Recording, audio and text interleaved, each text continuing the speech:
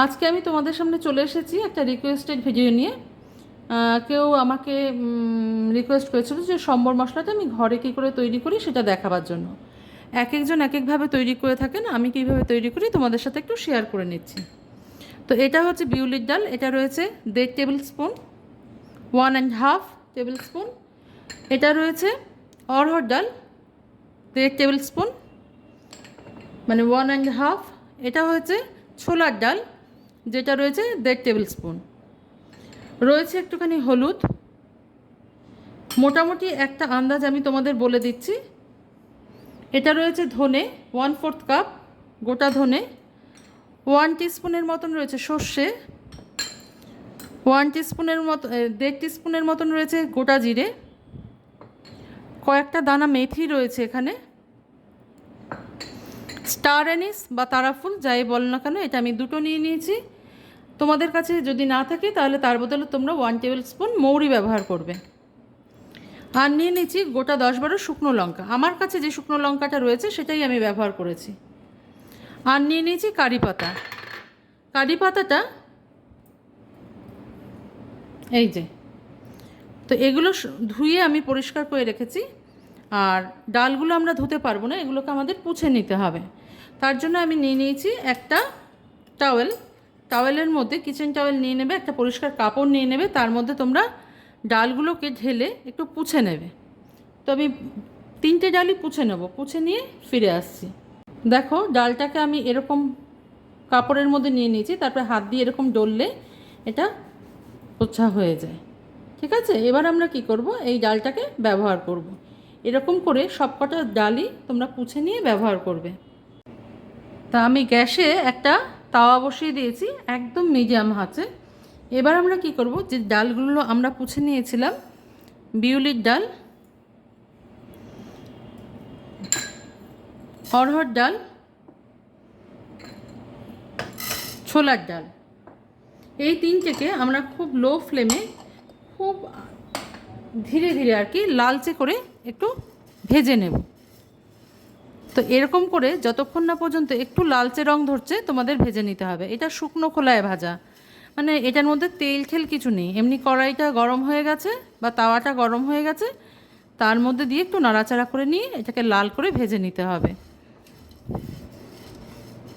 দেখো আমার ডালটা লাল হয়ে এসছে, কালারটা চেঞ্জ করে ফেলেছে অলরেডি।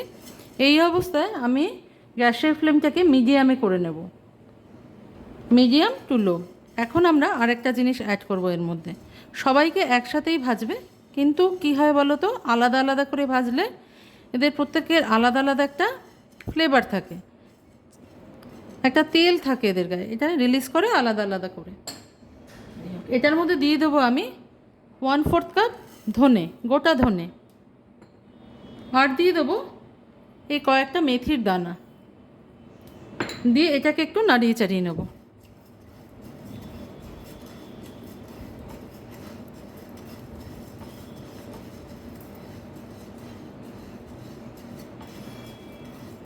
তো এটাকে কিছুক্ষণ নাড়াবার পর এর মধ্যে আমি অ্যাড করে দেবো হচ্ছে জিরা আর সর্ষে, গোটা জিরা আর সর্ষে। অ্যাড করে দেবো স্টার অ্যানিস দুটো বা তারাফুল, এক্ষেত্রে যার নেই সে মৌরি অ্যাড করবে।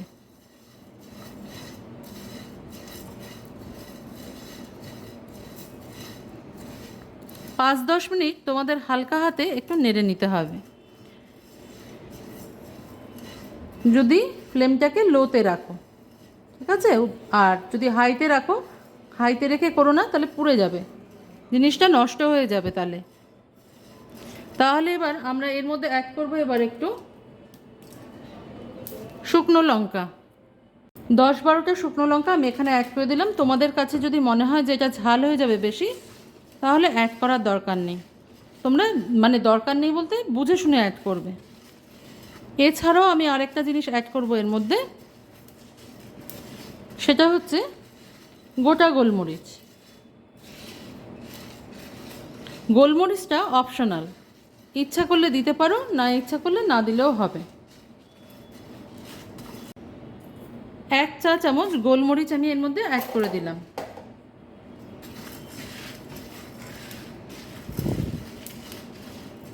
আর যে কারি পাতাটা তোমরা ব্যবহার করবে ওটাকে আগেই ধুয়ে ভালো করে পুছে বা শুকিয়ে নেবে, তাহলে সুবিধা হবে। এবার আমি মশলাটাকে একটা সাইডে করে দেবো, দিয়ে যে কারি পাতা আমি নিয়েছি সেই কারি পাতা আমি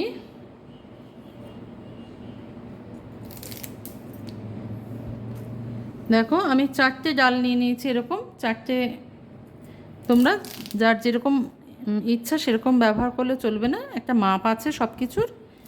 আমি এই 3টে পাতা অ্যাড করে দিলাম। এবার এটাকেও আমি এর সঙ্গে ভেজে নেব। প্রথমে একটুখানি আলগাভাবে ভাজবে ওকে, আলাদাভাবে, তারপরে সবার সাথে মিশিয়ে দেবে।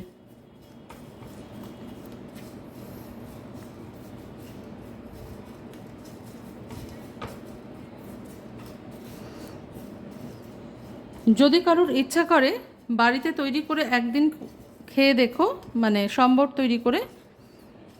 সম্বর তৈরি করা খুব সোজা, আগের দিনও আমি দেখিয়েছি।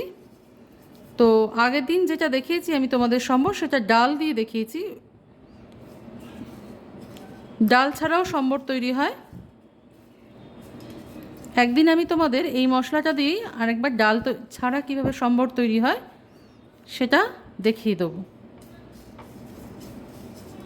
তো এই পাতাটা এবার আমি এই সব কিছুর সাথে মিশিয়ে নেব।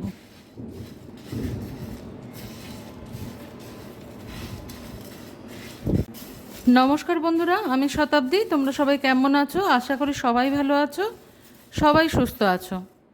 তো আমি আজকে তোমাদের সঙ্গে যে ভিডিওটা শেয়ার করছি, যদি ভালো লাগে কোথাও আর যদি ভুল হয় কোথাও, অবশ্যই সেটা আমাকে কমেন্ট বক্সে কমেন্ট করে জানাবে। আসলে এক একজন এক এক রকমভাবে বানান এই মশলাই, আমি যেভাবে বানাই সেটা তোমাদের সঙ্গে শেয়ার করে নিলাম। আগেই বলেছি এটা একটা রিকোয়েস্টেড ভিডিও ছিল। তো দেখো আমার মশলাটা ভাজা হয়ে গেছে, পাতাগুলো বেশ কুরকুরে হয়ে গেছে, এ দেখো। তো এই অবস্থায় আমি গ্যাসটা বন্ধ করে দেবো। আমার হাতটা অবশ্যই ভালো করে ধোয়া ছিল, কারণ এটা একটা হেলদি হ্যাবিট।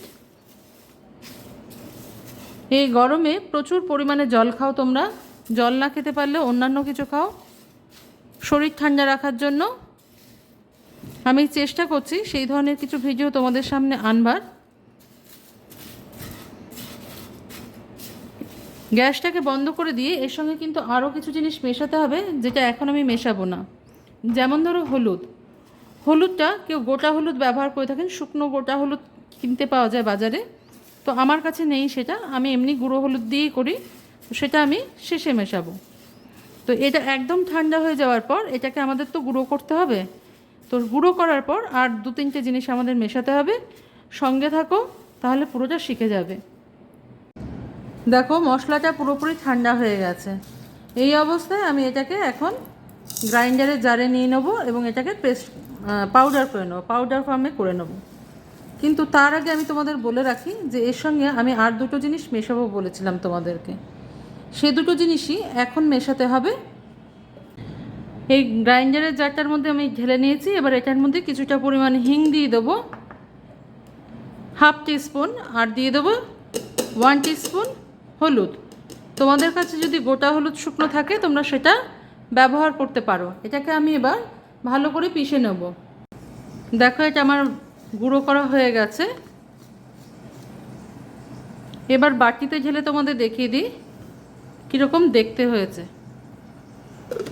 তো এক্ষেত্রে সম্বর মশলার ক্ষেত্রে হলুদটা আমাদের প্রিজারভেটিভের কাজ করে।